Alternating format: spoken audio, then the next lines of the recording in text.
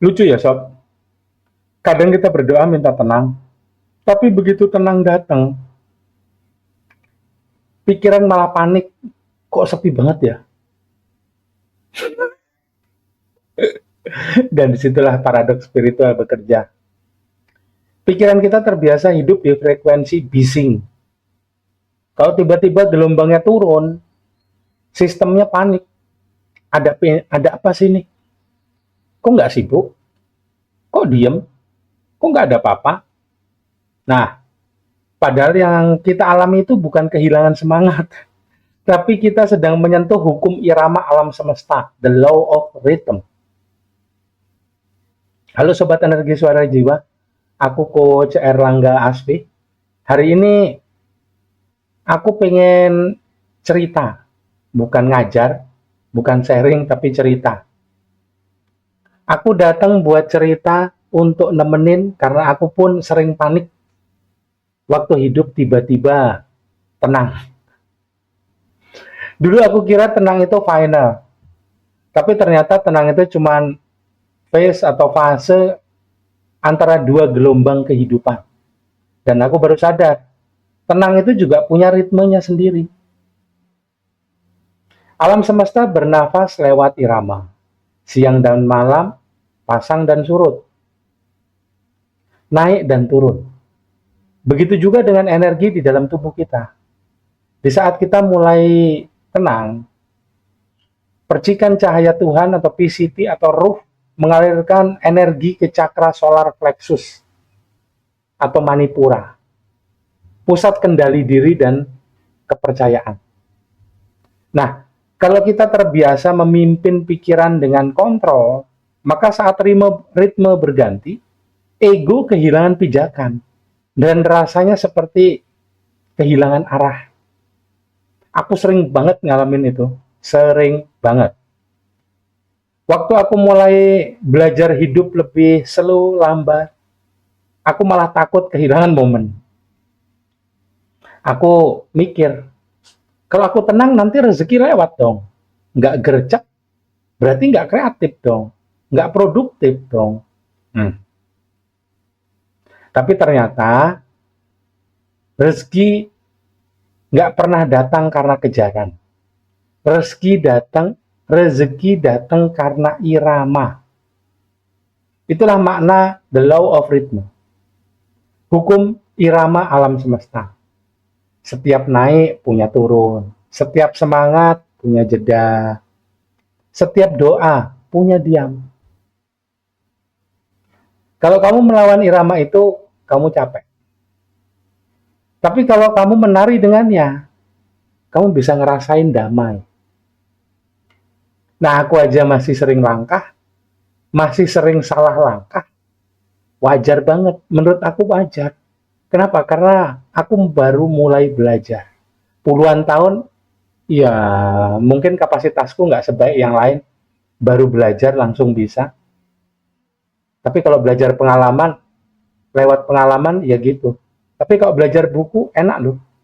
Dibaca, diingat, diuji ingatannya lewat diskusi. Mesti cepet bisanya. Aku masih sering salah langkah.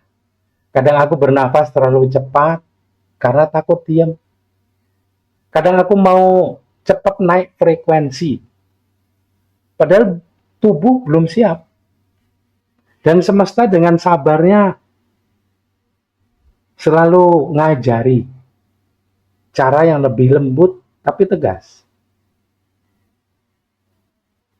Seolah dia bilang, berhenti dulu, dengarkan dulu iramamu.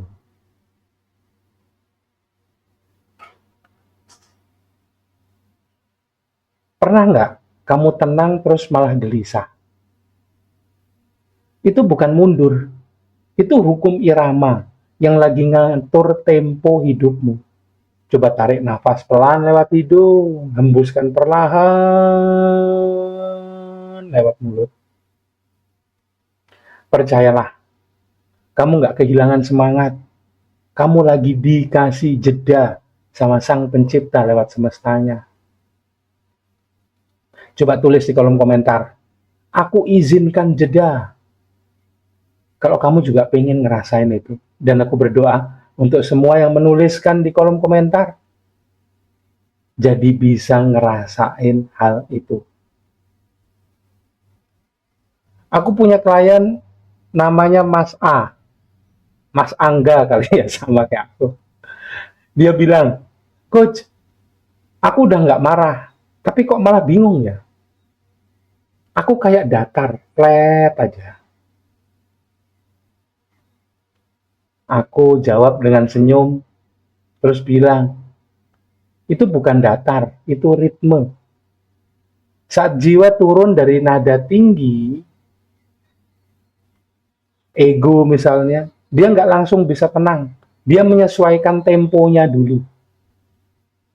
Nah, di hari ke 10 kalau nggak salah, pokoknya udah lama lah gitu ya. Dia bilang, Coach, aku baru sadar, ternyata aku bukan kehilangan semangat. Aku cuman berhenti membela kegelisahan.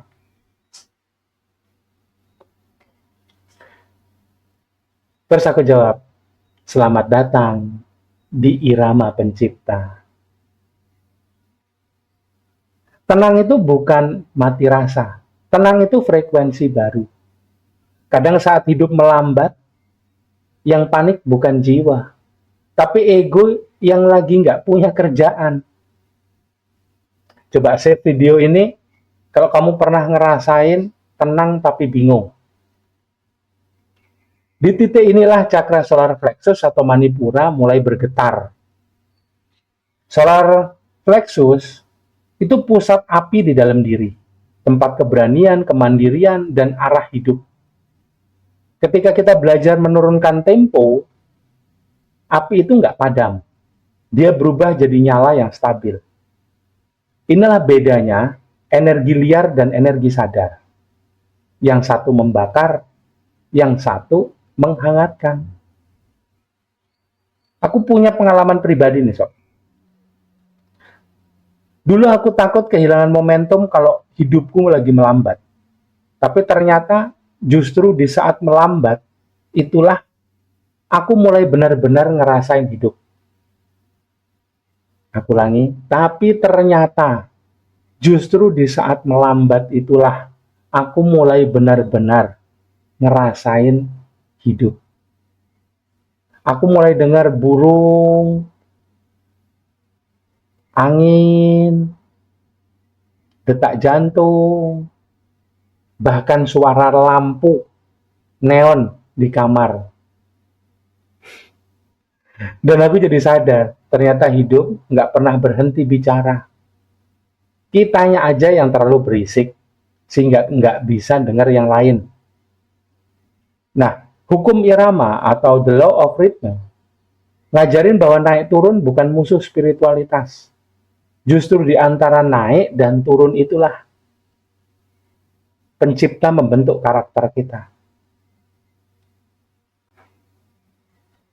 Nah, sobat energi suara jiwa, kalau kamu lagi di fase diam, jangan curiga. Pencipta nggak ninggalin kamu kok. Kamu cuman lagi ada di fase jeda yang disucikan. Pencipta nggak ninggalin kamu.